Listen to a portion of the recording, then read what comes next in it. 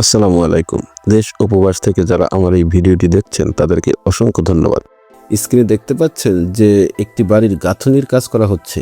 তো আজকে আমরা আপনাদেরকে জানাবো যে একটি বাড়ি নির্মাণ করার সময় আপনার বাড়িতে বা আপনার রুমে কত পিস ইট লাগবে সেটা কিভাবে সহজে বের করবেন। আজকের এই ভিডিওটি দেখলে আপনারা সহজেই হিসাব করতে পারবেন যে আপনার বাড়িতে কত পিস ইট লাগবে। তো একটি বাড়িতে কত পিস ইট লাগবে সেটা বের করার জন্য আমরা আপনাদেরকে একটি ওয়ালের গাঁথনি করতে কত পিস ইট লেগেছে সেটা দেখাবো। এই একটি ওয়ালের হিসাব দেখলেই আপনারা বুঝতে পারবেন যে আপনার বাড়িতে বা রুমে কত পিস ইট লাগবে। তাই একটি ওয়ালে কত পিস ইট লাগবে সেটা বের করার জন্য আপনাদেরকে জানতে হবে যে 1 স্কোয়ার ফুট ইট গাঁথনি করতে কত পিস ইট লাগে। তো সহজ হিসাব হচ্ছে যে গাঁথনি যত ইঞ্চি করা হবে 1 স্কোয়ার ফুট ইট গাঁথনি করতে তত পিস ইট লাগবে।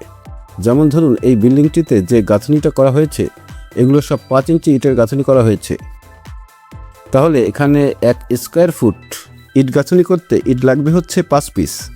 যেহেতু এটা 5 ইঞ্চির গাঁথনি, এটাকে 5 ইঞ্চি ইটের গাঁথনি বলা হয়। বাসা বাড়িতে সাধারণত 5 ইঞ্চি গাঁথনি করা হয় বেশিরভাগ বাড়িতেই। কিছু কিছু বাড়ি আছে যেগুলোতে 3 ইঞ্চি গাঁথনি করা হয়। আর এখন এখানে যে গাঁথনির কাজটা করা হচ্ছে দেখতে পাচ্ছেন, এটাকে বলা হয় 10 ইঞ্চি গাঁথনি। তা এই 10 ইঞ্চি গাঁথনি করলে 1 স্কোয়ার ফিট গাঁথনি করতে ইট লাগবে হচ্ছে 10 পিস ইট লাগবে, যেহেতু এটা 10 ইঞ্চির গাঁথনি। আর এখন এখানে যে গাঁথনিটা দেখতে পাচ্ছেন এটা 3 ইঞ্চি ইটের গাঁথনি। এই 3 ইঞ্চি ইটের গাঁথনি করলে 1 স্কোয়ার ফুট গাঁথনি করতে ইট লাগবে হচ্ছে 3 পিস, যেহেতু এটা 3 ইঞ্চির গাঁথনি। তাহলে এখন আমরা 5 ইঞ্চি ইটের গাঁথনির এই ওয়ালটায় কত পিস ইট লেগেছে গাঁথনি করতে সেটা বের করব। তো সেজন্য আমরা প্রথমে এই ওয়ালটা কত স্কোয়ার ফুট সেটা বের করব। তো ওয়ালের স্কোয়ার ফুট বের করার জন্য আমরা এই ওয়ালটার দৈর্ঘ্য আর হাইট গুণ দিলেই পেয়ে যাব যে কত স্কোয়ার ফুট। তা দেয়ালটির দৈর্ঘ্য হচ্ছে 14 ফিট আর এখানে উচ্চতা হচ্ছে 9 ফুট। 9 ফুটের একটু বেশি, যেহেতু ভীমের নিচ পর্যন্ত কাঁথা, সেখানে আমরা 9 ফিট ধরলাম। তাহলে 14 গুণ 9 সমান 126 স্কোয়ার ফুট এই ওয়ালটি। তাহলে 5 ইঞ্চি গাঁথনি করলে 1 স্কোয়ার ফুট গাঁথনি করতে ইট লাগে হচ্ছে 5 পিস। তাহলে এখানে এই দেয়ালটি 126 স্কোয়ার ফুট। তো 126কে আমরা 5 দিয়ে গুণ দিলেই পেয়ে যাব যে এই ওয়ালটিতে কত পিস ইট লাগবে। 126 গুণ 5 সমান 630 পিস ইট লাগবে এরকম একটি 14 ফিট বাই 9 ফিট একটি ওয়ালে গাঁথনি করতে। এভাবে আপনি সহজেই বের করতে পারবেন যে আপনার প্রতিটি দেয়ালে বা রুমে কত পিস ইট লাগবে। যেমন এই সাইডের এই ওয়ালটিও আপনি এভাবে দৈর্ঘ্য আর হাইট গুণ দিয়ে স্কোয়ার ফুট বের করে তারপর 5 দিয়ে গুণ দিলেই পেয়ে যাবেন যে এই ওয়ালটিতেও কত পিস ইট লাগবে। এভাবে আপনি সহজেই আপনার বাড়িতে কত পিস ইট লাগবে সেটা বের করতে পারবেন। এবার আমরা আপনাদেরকে 10 ইঞ্চি ইটের গাঁথনির হিসাব দেখাবো যে কিভাবে হিসাব করবেন। এখানে এই গাঁথনির ওয়ালটি দৈর্ঘ্য হচ্ছে 8 ফুট আর এখানে হাইট আছে 6 ফিট।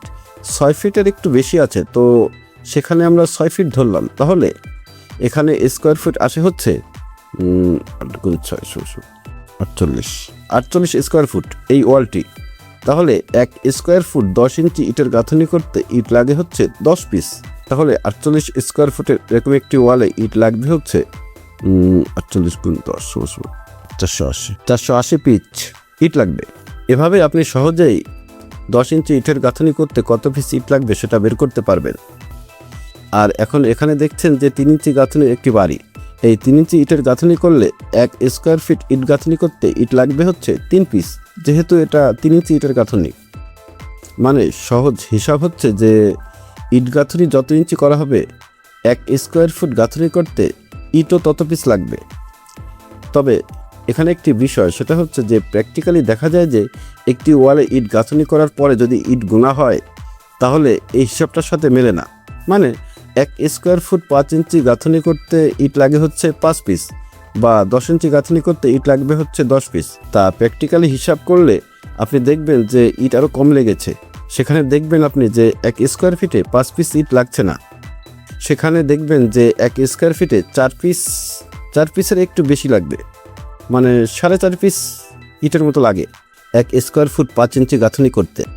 তাহলে এখন কথা হচ্ছে যে 1 স্কোয়ার ফুটে 5 ইঞ্চি গাঁথনি করতে 5 পিস ইট ধরা হয়, আর 1 স্কোয়ার ফুট 10 ইঞ্চি গাঁথনি করতে 10 পিস ইট ধরা হয়। এর কারণ কি?